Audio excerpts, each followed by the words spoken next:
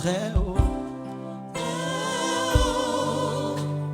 Oui, tu es le Dieu. Très haut.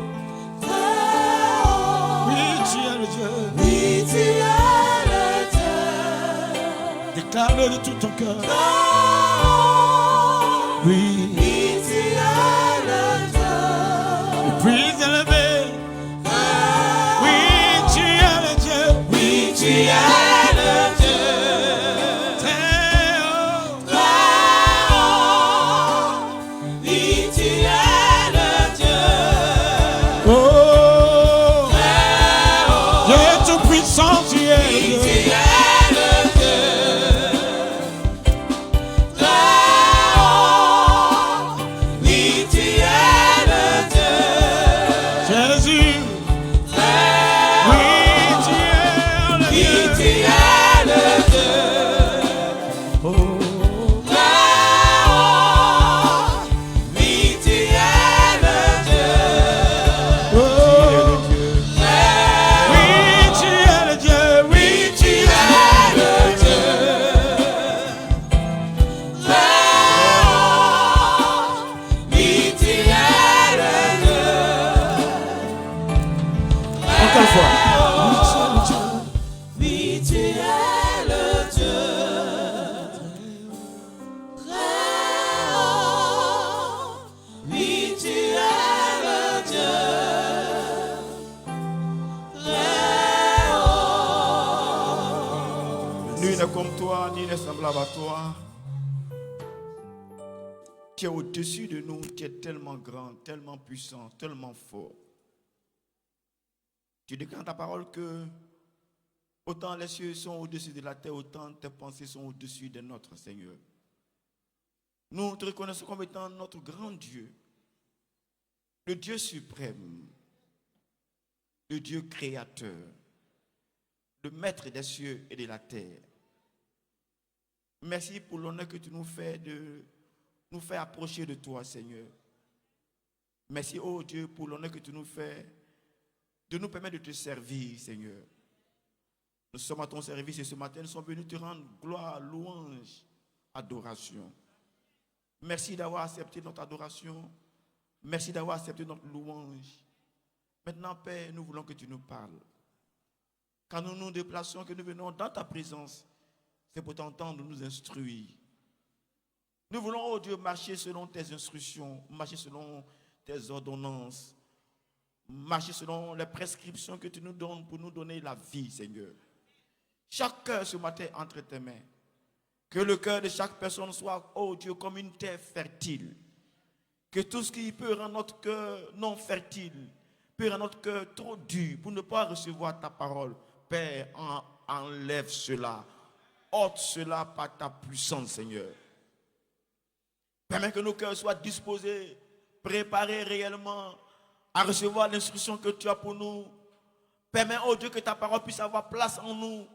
Qu'un grain puisse produire 50 fois, 60 fois, 100 fois, 30 fois plus, Seigneur. Père, fais en sorte, oh Dieu, que ta parole soit sémée dans notre cœur et qu'elle trouve, Père, une terre fertile sur laquelle elle peut pousser, Seigneur. Je suis le canal de tes mains en ce jour. Le canal par lequel tu passeras ce matin pour s'aimer ta parole. Père, que mes pensées, que ma façon de parler, que ma façon de saisir tes révélations, tout est entre tes mains. Utilise-moi comme le canal parfait.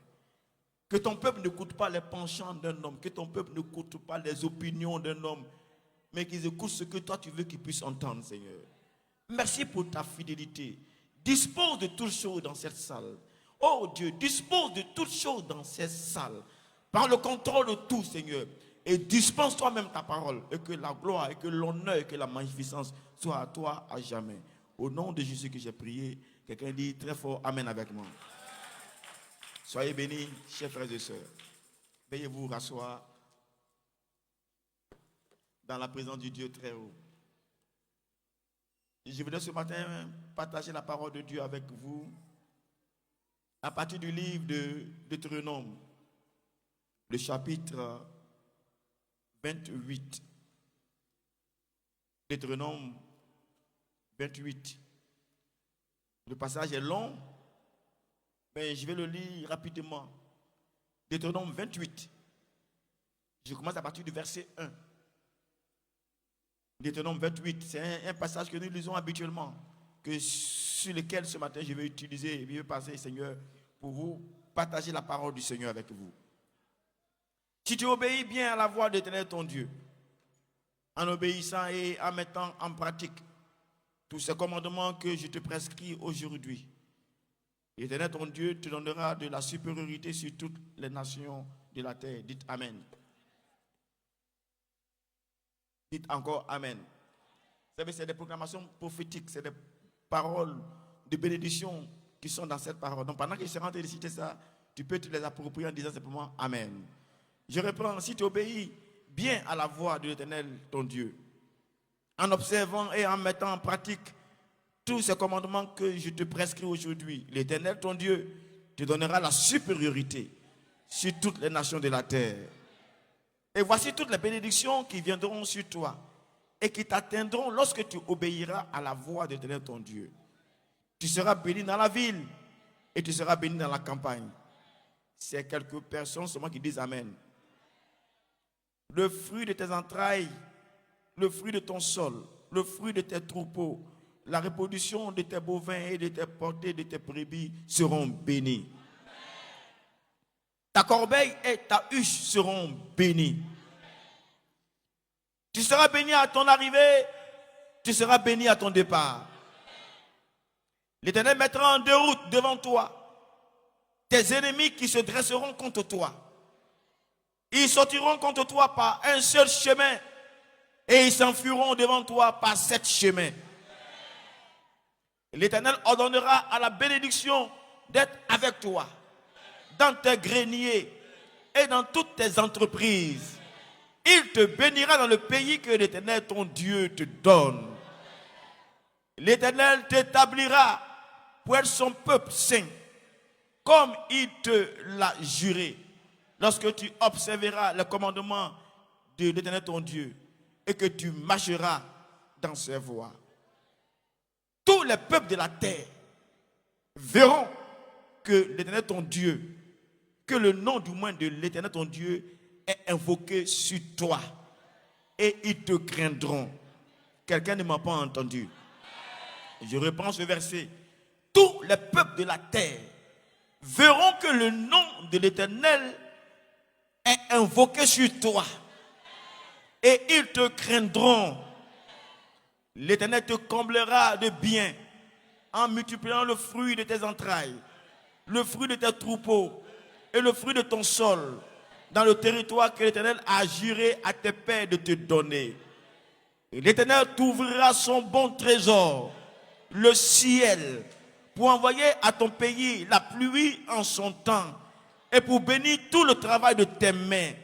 Tu prêteras à beaucoup de nations et tu n'emprunteras pas. Je vais entendre le Amen. Le verset 13, la conclusion de ces bénédictions. L'Éternel fera de toi la tête et non la queue. Tu seras toujours en haut. Tu ne seras jamais en bas. Lorsque tu obéiras au commandement de l'Éternel ton Dieu que je te prescris aujourd'hui, lorsque tu les observeras et les mettras en pratique, et que tu ne t'écarteras ni à droite ni à gauche de tous les commandements que je vous donne aujourd'hui pour te rallier à d'autres dieux et pour leur rendre un culte. Lève ta main avec moi, dis avec moi, je ne rendrai pas de culte à quelque dieu que ce soit au nom de Jésus-Christ. Amen. Chers frères et sœurs, j'ai voulu ce matin relire ces bénédictions qui accompagnent ceux qui acceptent de vivre selon le Seigneur, qui accompagnent ceux qui acceptent d'être avec le Seigneur, qui accompagnent ceux qui acceptent de marcher selon les prescriptions du Seigneur. Et ces bénédictions sont attachées à tous ceux qui sont à lui. Dites Amen avec moi. Et qui marchent selon ce qu'il leur demande de faire. Je prie que pendant que tu es dans sa maison, tu t'allies à ça et que finalement tu puisses être de ceux qui bénéficient de ces paroles prophétique de bénédiction. Dis Amen très fort avec moi. Quelqu'un peut-il se lever avec moi puis acclamer Dieu pour ce qu'il fait en le joignant à la liste de ceux qui peuvent avoir ce genre de bénédiction. Je veux que tu acclames très bien. Parce que tu fais partie de la liste. Ton nom est sur la liste de ceux qui devront bénéficier de ça. Tu n'es pas exclu de la liste. Dis Amen avec moi.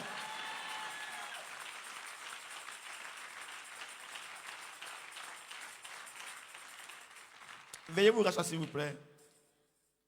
Chers frères et sœurs, voilà des promesses de bénédiction qui nous accompagnent, qui marchent avec nous. Je ne veux pas m'attarder sur chacune de ces bénédictions, mais il y a deux particulièrement sur lesquelles je voudrais ce matin m'appuyer. Tous les peuples de la terre, au verset 10, verront que le nom de l'Éternel est invoqué sur toi, et ils te craindront. Tous les peuples de la terre verront que le nom de l'Éternel est invoqué sur toi, et ils te craindront. Je prie que tu saches que Dieu veut faire en sorte que tu sois craint. Dieu veut faire en sorte que tous les peuples, partout où tu seras, qu'on voit que toi tu es différent des autres. Qu'il y a une marque qui est sur toi. Que le nom de Dieu est invoqué sur toi. Et je veux que vous compreniez que c'est le souhait de Dieu, c'est ce que Dieu veut faire. La volonté de Dieu, c'est que partout où tu arrives, quand on te voit, on dit non, lui là, il y a quelque chose de spécial sur lui. Dans tout milieu où tu arrives, on sent que non, lui là, il y a quelque chose qui fait la différence sur lui. Le nom de l'Éternel est invoqué sur lui. En d'autres termes, il porte la marque de l'Éternel. Et finalement, ils vont te craindre. Partout où tu seras, il doit pouvoir te craindre. Dis Amen. Et Dieu fait tout ça, il trouve même son bon trésor pour qu'à la fin, il fait de toi la tête et non la queue. Qu'à la fin, il fasse en sorte que tu sois en haut, toujours en haut, jamais en bas. Répète après moi, toujours en haut, jamais où? Toujours, jamais. Tu dois être à la tête, jamais à la queue. Et je prie que tu comprennes que dans tout milieu où tu seras, ce que Dieu veut, c'est qu'à la fin, tu sois où? En haut, jamais en bas. Mets ta main sur quelqu'un, dis partout où tu es, tu dois être en haut. Dis-lui ça. Il ne t'a pas entendu. Si le nom de l'Éternel est invoqué sur toi, partout où tu es, tu dois être en haut. Si le nom de l'Éternel est invoqué sur toi, partout où tu es, dans toutes les activités que tu mènes, tu dois être en haut. Tu es élève, que tu sois en haut, jamais en bas. Dis Amen très fort avec moi. À l'école, on doit te craindre. Quand tu vas à l'école, si le nom de l'Éternel est invoqué sur toi, quand tu es en classe, on doit te craindre. Les autres élèves doivent te craindre. Dis Amen très fort avec moi. Ils savent qu'il y a quelque chose qui fait la différence. Ils ont l'air joujou. Ils ont leur fétiche. Ils ont quoi que ce soit. Mais ils remarquent que toi, tu fais la différence. Mets ta main sur quelqu'un. Dis-lui, tu dois faire la différence. Il ne t'a pas entendu. Parmi tes collègues, tu dois faire la différence. Vous êtes plusieurs médecins, mais toi, tu dois faire la différence. Tu vas au marché, tu dois faire la différence. Tu es dans n'importe quel emploi, tu dois faire la différence. Il faut qu'on remarque qu'il y a quelque chose de spécial sur toi. Est-ce que j'en fais devant quelqu'un qui croit que Dieu, c'est ce que Dieu fait avec lui? Tout le monde fait. Mais quand tu fais, on sent une différence. Tout le monde fait pour lui, hein, mais quand tu fais pour toi, il y a quelque chose qui marque. On sent qu'il y a la main de Dieu qui est avec toi. On sent qu'il y a une main qui te conduit. Il y a une main qui fait ça pour toi. Il y a une main qui conduit ça pour toi. Il y a une main qui fabrique ça pour toi. Il y a une main qui donne l'intelligence. Oh, je ne sais pas si quelqu'un m'entend ce matin. La promesse de Dieu pour toi, c'est qu'à la fin, que tu sois en haut, pas en bas. Et dit jamais en bas. La promesse de Dieu pour toi, la promesse de bénédiction de Dieu pour toi, c'est qu'à la fin, tu sois à la tête. Que tu sois où? Quand on a envie de prendre quelqu'un pour mettre devant, que ce soit toi qu'on voit. Même si toi-même tu dis non. Mais que en regardant, il ne voit que toi. C'est toi qui peux voir. Il te juge apte à être devant. Tu dois être à la tête. Jamais à la queue. En d'autres termes, tu dois être le leader des leaders. Mets ta main sur quelqu'un, tu dois être le leader des leaders. Plus fort que ça, pardon. Et mesdames et messieurs, quand j'ai relu ce passage ce matin, encore, des choses m'ont marqué. Dieu donne toutes les sortes de bénédictions. Mais la finalité, c'est que tu sois devant. Et avec moi devant. Plus fort que ça. Si tu es devant, il y a ce que devant donne. Si tu es devant, il y a ce que devant apporte. Il y a ce que devant exige. Si tu es devant, il y a attitude de devant. Dis amen avec moi. Quand tu es devant, donc il y a beaucoup de choses qui marchent avec le fait que Dieu te mette devant. Il te donnera les ressources, c'est vrai. Mais il y a autre chose qui accompagne quand on est devant. Quand on est devant, on est vu. Quand on est devant, tout le monde te regarde. Dis amen avec moi. Quand tu es devant, tout le monde te suit. Quand on est devant, tu es le modèle de tout le monde. Je prie que tu comprennes que quand Dieu te met devant, c'est pour que les gens puissent marcher selon toi. Dis amen avec moi. Oh oui, ton nom sera grand. Mais c'est pour qu'à la fin, les gens te regardent comme quoi? Modèle. Ils te regardent comme exemple. Qui marche à la clarté de ta vie de disciple. Je ne sais pas si je parle à quelqu'un ce matin. Mets ta main sur quelqu'un. Dis-lui partout où tu es, Dieu veut que les gens te regardent. Dis-lui ça. Pour marcher selon ton modèle. Répète-lui ça. Partout où tu es, Dieu veut que les gens te regardent. Pour marcher selon ton modèle. Je prie que tu saches qu'il y a une nuée de témoins, il y a une nuée de personnes qui veulent marcher. Ils cherchent des témoins, ils cherchent des repères, ils cherchent des modèles sur lesquels marcher. Mais Dieu veut que tu sois le modèle. Le modèle de médecin, le modèle de pharmacien, le modèle d'ingénieur, le modèle d'enseignant, le modèle de quelqu'un qui travaille quelque part, le modèle d'étudiant, le modèle d'élève, le modèle de chanteur, le modèle de peintre, le modèle d'artiste. Oh, je ne sais pas si je parle à quelqu'un ce matin. Dieu veut que tu sois le modèle. Lève ta main, dis Seigneur, donne-moi d'être un modèle. Au nom de Jésus-Christ. Amen. Vous savez, c'est ce que nous nous attelons à faire. Quand tu viens ici, quand tu viens dans la main du Seigneur, ce n'est pas juste pour avoir juste les bénédictions. Ce n'est pas juste pour avoir juste la santé. Ce n'est pas juste pour avoir ce dont tu as besoin. Mais si Dieu fait ça, c'est pourquoi à la fin tu seras quoi? Devant un modèle. Tout à l'heure, j'ai écouté notre frère Mato nous dit que très bientôt, il voudra qu'on donne notre sang. Faites un modèle, dis amen. Mets ta main sur quelqu'un, dis faites un modèle, dis ça. Bon, il ne m'a pas entendu. Dis, toi, tu veux qu'on donne sang à tes parents, mais toi, tu ne vas pas donner sang. Faites un modèle, dis ça. Est-ce que vous savez que nous, on aime recevoir seulement, mais on n'aime pas donner. Mais vous allez voir que quand tu es devant, tout le monde vient. Quand tu es devant là, tout le monde veut que tu donnes. Ou bien, quand tu es devant, tout le monde s'attend à ce que tu puisses donner. Ils sont coincés, c'est toi. Ils sont malades, c'est toi. Ils n'entendent pas bien, c'est toi. Quand tu es devant, tu ne peux pas dire que je suis devant mais il ne fait pas. Non, quand tu es devant, c'est ça. Mais dis à quelqu'un tu es devant. Même dans donner 100, tu es devant, dis-lui ça. Et il t'apprend, dis-lui ça, tu es devant.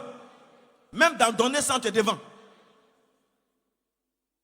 Chers frères et sœurs, on doit être modèle en tout. Il a dit tout à l'heure qu'on devra faire analyse, bilan de santé. On doit être modèle. Enfin, docteur, moi j'ai fait bilan, non? Paul a dit ça. Chaque 4 mois, chaque 6 mois, minimum. Vous voyez comment vous allez, hein? Voiture qui est voiture, là. Quand on conduit, là, on envoie ça toujours. Pour moi, faire visite, quoi? Technique. On fait vidange. Tout rouge qu'on dit, il faut changer un peu. Mesdames et messieurs, votre vie de travail, votre vie bouge. Vous avez beaucoup d'activités. Je prie que vous compreniez que vous devez être à mesure de passer par des temps de vidange. Dis Amen. Vidange spirituelle, vidange physique. Dis Amen très fort avec moi. Vidange biologique. Dis Amen avec moi. Je vous encourage pour 8 000 francs seulement, comme il le dit. J'ai pris que vous puissiez vous mettre à faire votre bilan. Mets ta main sur que tu dois être un modèle en tout. Plus fort que ça. Et c'est ce que nous voulons que vous soyez en cette année. Quand on dit par le thème que des communautés, des leaders marcheront à votre lumière, c'est que vous êtes au devant et les gens vous suivent. Si tu es devant, tu es modèle, c'est vrai. Mais nous avons montré pour vous des choses qui accompagnent le fait que vous soyez devant. Si tu es devant, tu dois voir ce que les autres ne voient pas. On vous l'a dit. Dis Amen avec moi. Quand tu es devant, c'est toi qui dois voir pour avertir ceux qui sont derrière. Si au travail tu es devant, c'est pour que tu puisses quoi? Voir. Si en famille, Dieu t'a sauvé, toi, le premier, pour que tu sois devant, c'est pour que tu puisses voir pour les autres. Dis Amen avec moi. Je n'ai pas entendu ton Amen. Je n'ai pas entendu ton Amen. Quand tu es devant, tu dois voir ce que les autres ne voient pas. Un. Deuxièmement, quand tu es devant, tu dois voir comme plus vite que jamais auparavant. Celui qui est devant, il voit plus vite. Il voit plus vite pour avertir ceux qui sont derrière. Il voit plus vite. Il voit plus loin. Ceux qui sont derrière ne voient pas loin comme lui il voit. Ensuite, il doit voir plus clairement, plus nettement que les autres. Dites Amen. Quand vous êtes en hauteur, vous voyez plus ce que les autres ne voient pas.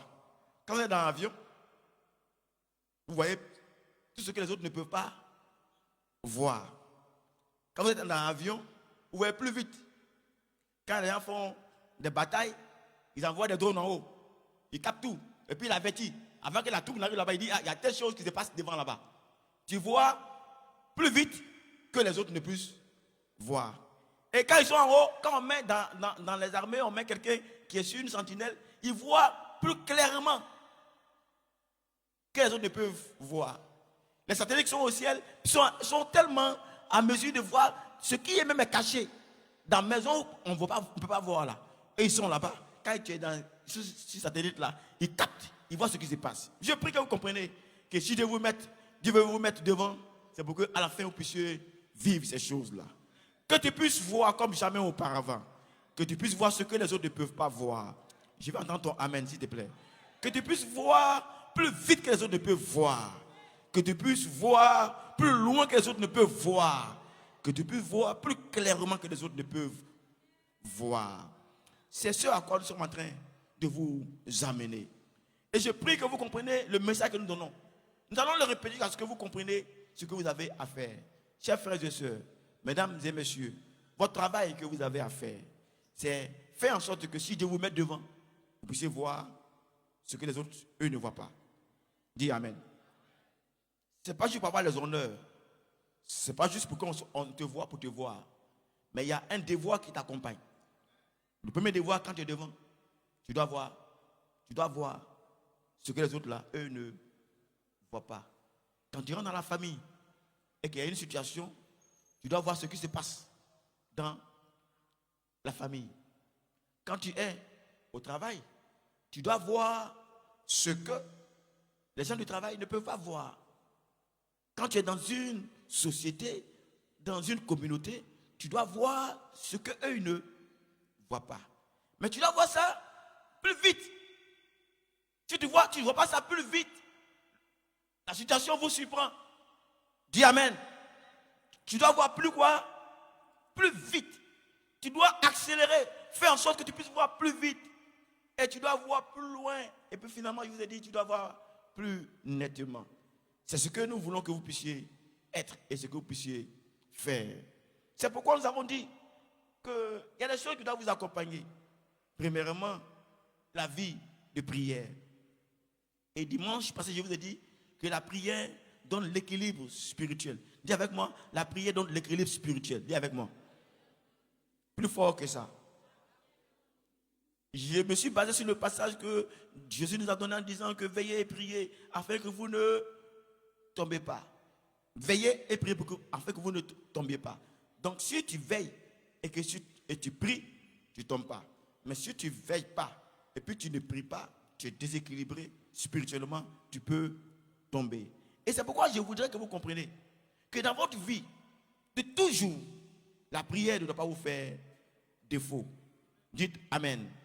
L'atmosphère de prière vous met dans une position dans laquelle vous voyez plus vite. L'atmosphère de prière vous donne l'occasion, l'opportunité de voir ce que les autres ne peuvent pas voir. L'atmosphère de prière peut rendre clair ce qui est obscur devant des gens. L'atmosphère de prière dans votre vie fait en sorte que votre vie est claire. Dites Amen avec moi. Dites encore très fort Amen avec moi. Mesdames et messieurs, je voudrais qu'en cette année 2025, pour que la communauté marche à votre clarté, que la vie de prière ne vous fasse pas défaut. Que ce soit votre pain quotidien. Dites très fort Amen avec moi. Que vous multipliez davantage d'efforts, davantage de possibilités pour prier. Dites très fort Amen avec moi. Notre maître Jésus-Christ nous l'a enseigné lui-même.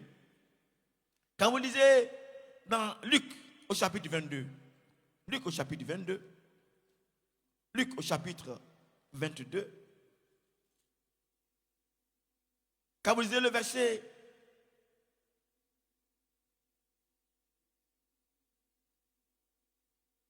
39,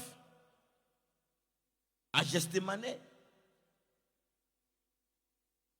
la Bible dit, après être sorti, il alla selon sa coutume sur le mont des Oliviers. Ses disciples le suivirent. Arrivé à cet endroit, il leur dit, priez afin que de ne pas entrer dans la tentation.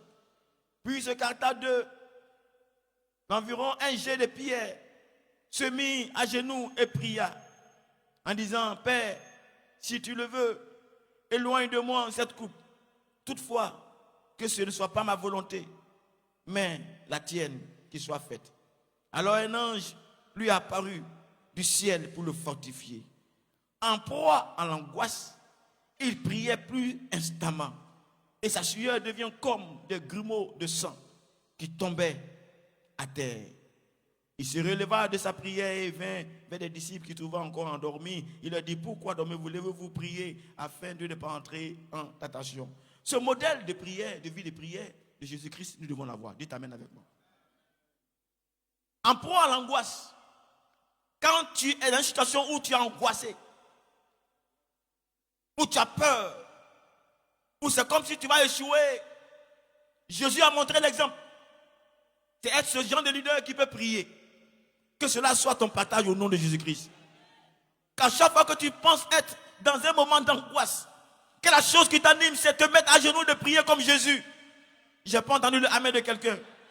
À chaque fois que tu es dans une situation où tu as l'impression que ça ne va pas et que tu as envie d'avoir le secours de l'Éternel, mesdames et messieurs, chers frères et sœurs, le remède que vous avez, c'est de vous mettre à genoux comme Jésus et de prier.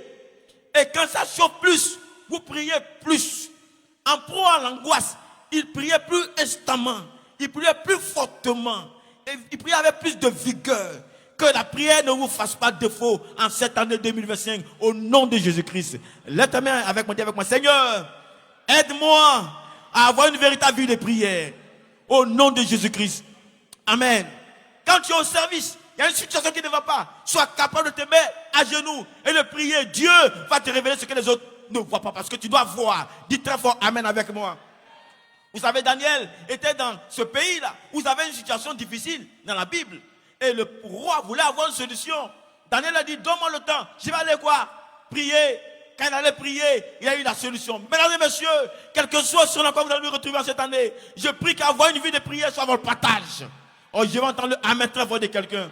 Tu ne peux pas être un leader. Dieu ne te met pas devant pour que tu ne puisses pas prier. Oh non, comme tu es devant, montre à tout le monde comment on peut prier. Chez toi à la maison, montre comment on peut prier. Au travail, montre aux gens qu'on doit pouvoir prier quand ça ne va pas. Tu es élève, avant de composer, montre aux gens qu'on ne compose pas par sa capacité. Mais avant de composer, on confie sa pensée là à l'Éternel, le maître de l'intelligence. Montre qu'il faut prier d'abord avant de commencer à composer. Montre, sois un modèle partout où tu seras au nom de Jésus-Christ. Sois un modèle de prière partout où tu seras au nom de Jésus-Christ. Je n'ai pas entendu ton amen. Je n'ai pas entendu ton amen. Qu'il soit un modèle de prière partout où tu seras au nom de Jésus-Christ. Lève ta main avec moi. Déclare avec moi en cette année. Je serai un modèle de prière partout où je serai. Amen. Au point où on a dit Daniel là, pas. On le reconnaît comme un gars de prière. Que cela soit ainsi pour toi. N'oubliez pas, si Dieu te met devant, c'est pour que tu montres aux gens comment on fait. Que la vie de prière soit ton partage.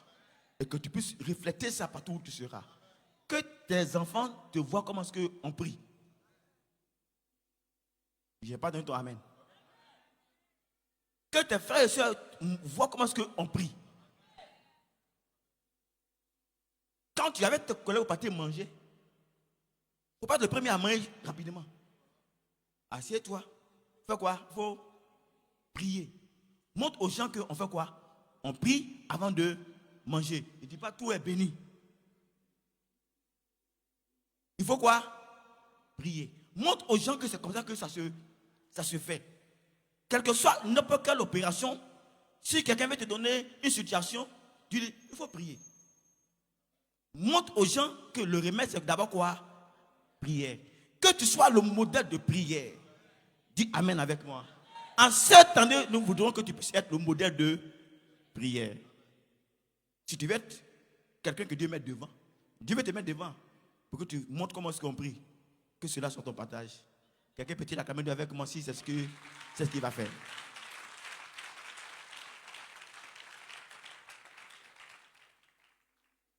N'oubliez pas que ça te permet de voir ce que les autres ne peuvent pas voir.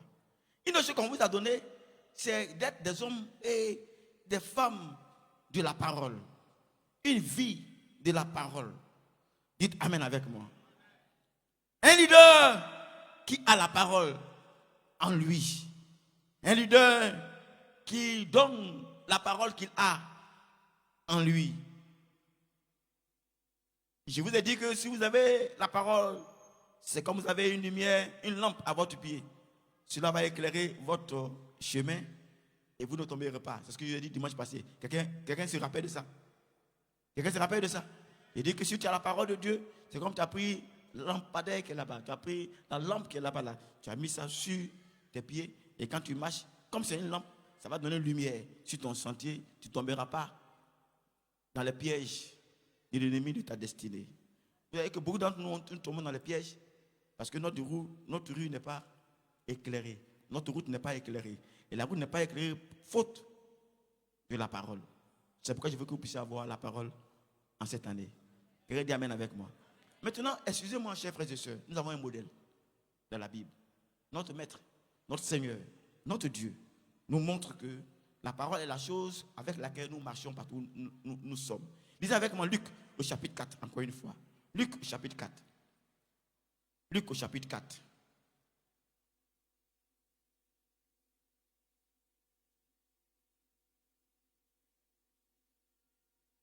Luc au chapitre 4. Je vais lire rapidement. Jésus, rempli d'Esprit Saint, revint du Jourdain et fut conduit par l'Esprit dans le désert, où il fut tenté par le diable pendant 40 jours. Il ne mangea rien durant ces jours-là. Et quand il fut achevé, il eut faim. Alors le diable lui dit, si tu es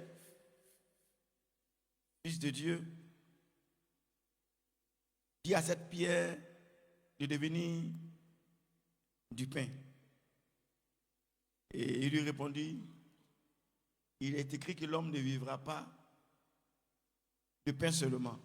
Le diable, l'amenant plus haut, nous montrera en un instant tous les royaumes du monde. Et lui dit, je te donnerai tout ce pouvoir et la gloire de ces royaumes, car elle m'a été remise et je la donne à qui je veux. Si donc tu te prosternes devant moi, elle sera toute à toi. Jésus lui répondit, il est écrit, tu adoreras le Seigneur ton Dieu, et à lui seul tu rendras un culte.